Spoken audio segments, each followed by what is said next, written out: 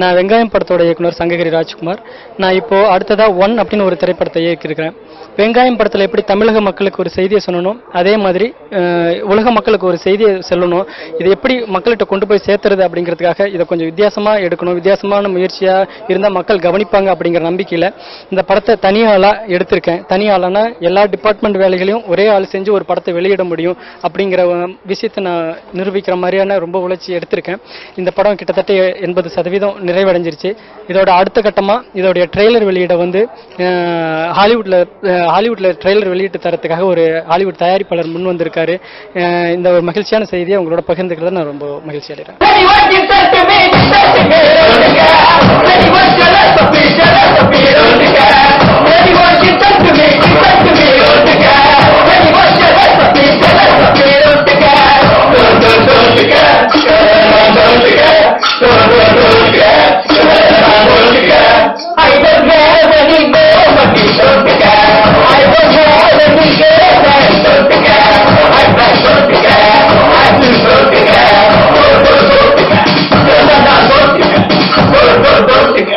நம்ம டிஸ்கவரியில கூட பார்ப்போம், அவரே கேமரா எடுத்துட்டு ஒரு ப்ரோக்ராம் எடுத்துட்டு வருவாரு. ஒரே ஒரு கேமரா மட்டும் அவரே பண்ணிக்கிறாரு. எடிட்டிங், கிராபிக்ஸ் அதெல்லாம் வேற யாரோ பண்றாங்க. அவரோட எண்ட் டைட்டில் பார்த்தாலே ஒரு 1000 பேர் அந்த மாதிரி போகும். அதே நம்ம ஆச்சரியமா பாக்குறோம். நம்ம கண்டிப்பா இதை உலக மக்கள் கவனிப்பாங்க அப்படிங்கிற ஒரு நம்பிக்கை இருக்கு. இன்னமும் எனக்கு வந்து இப்பவும் திரும்பவும் ஒரு இன்னொரு வாட்டி எனக்கு நீங்க கை தட்டும் போது இன்னொரு வாட்டி எனக்கு உயிர் வந்த மாதிரி இருக்கு. நான் நல்ல விஷயம் தான் பண்ணிருக்கேன். எனக்கு வந்து நான் ஆர்வக்கலராவோ இல்லை ஏதாவது நான் வந்து அலப்பறை பண்றதுக்கோ அந்த மாதிரி இல்லை. நான் ஒரு நல்ல விஷயத்த சொல்லணும் அப்படிங்கிறதுக்காக உழைச்சிருக்கேன்.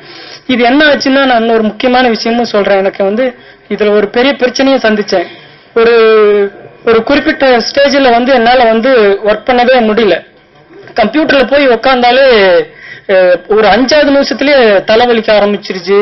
நம்ம எங்க எதை சேவ் பண்ணி வச்சிருக்கோம் எல்லாமே நான் வந்து ஒரு ஸ்டேஜ்ல வந்து குழப்பிடும் அப்படின்னு ரொம்ப எல்லாத்தையும் நோட் பண்ணி வச்சுக்கிட்டே தான் பண்ணினேன். ஆனா கூட ஒரு ஷார்ட், ஒரு டைரக்டரா இருந்து ஒரு ஷார்ட் மட்டும் எடுக்கணும்னாலே அதுக்கு கண்டிப்பா ஒரு நாள் எவ்வளவு யோசிக்கிறோம். இது வந்து எடுத்து இதை ஷூட் பண்ணி இதுக்கு கேமரா வச்சு இதுக்கு ட்ராலி இங்க வைக்கணும்னா எப்படி, இதுக்கு வந்து நம்ம ஒவ்வொரு விஷயமும் யோசிச்சு கடைசி அதுக்கு கன்ஃபியூஸ் ஆயிடு. நிறைய ஒரு இடத்துல எனக்கு வந்து இப்ப சமீபத்துல கொஞ்சம் ஹேங்கே ஆயிடுச்சு எனக்கு மைண்டே.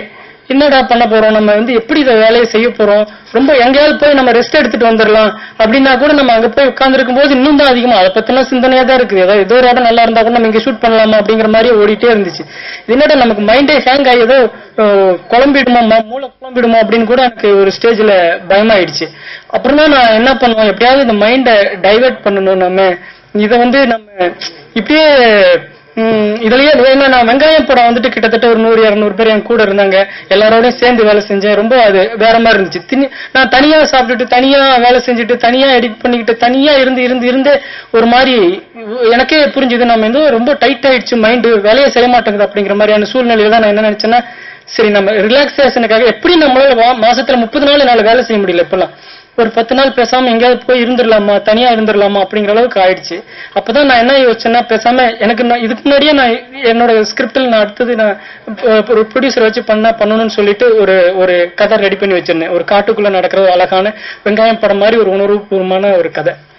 அது என்னன்னா ரொம்ப சின்ன பட்ஜெட்ல பண்ண முடியும், காட்டுக்குள்ள எடுக்க முடியும், ரொம்ப ஈஸியா என்னோட ஸ்டைலே ரொம்ப சிம்பிளா வெங்காயம் படம் மாதிரியே பண்ண முடியும் அப்படிங்கிற ஒரு படம்.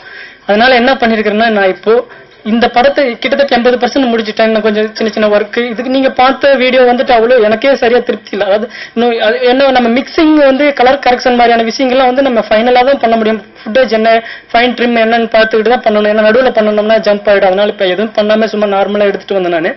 அதனால இப்போ இந்த நடுவில் நான் வந்துட்டு ஒரு மாசத்துல ஒரு குறிப்பிட்ட நாள், ஒரு 10 நாள் ஏதாவது ஒரு ஒதுக்கி நான் அந்த படத்துல கவனம் செலுத்தலாம் அப்படின்னு இருக்கேன்.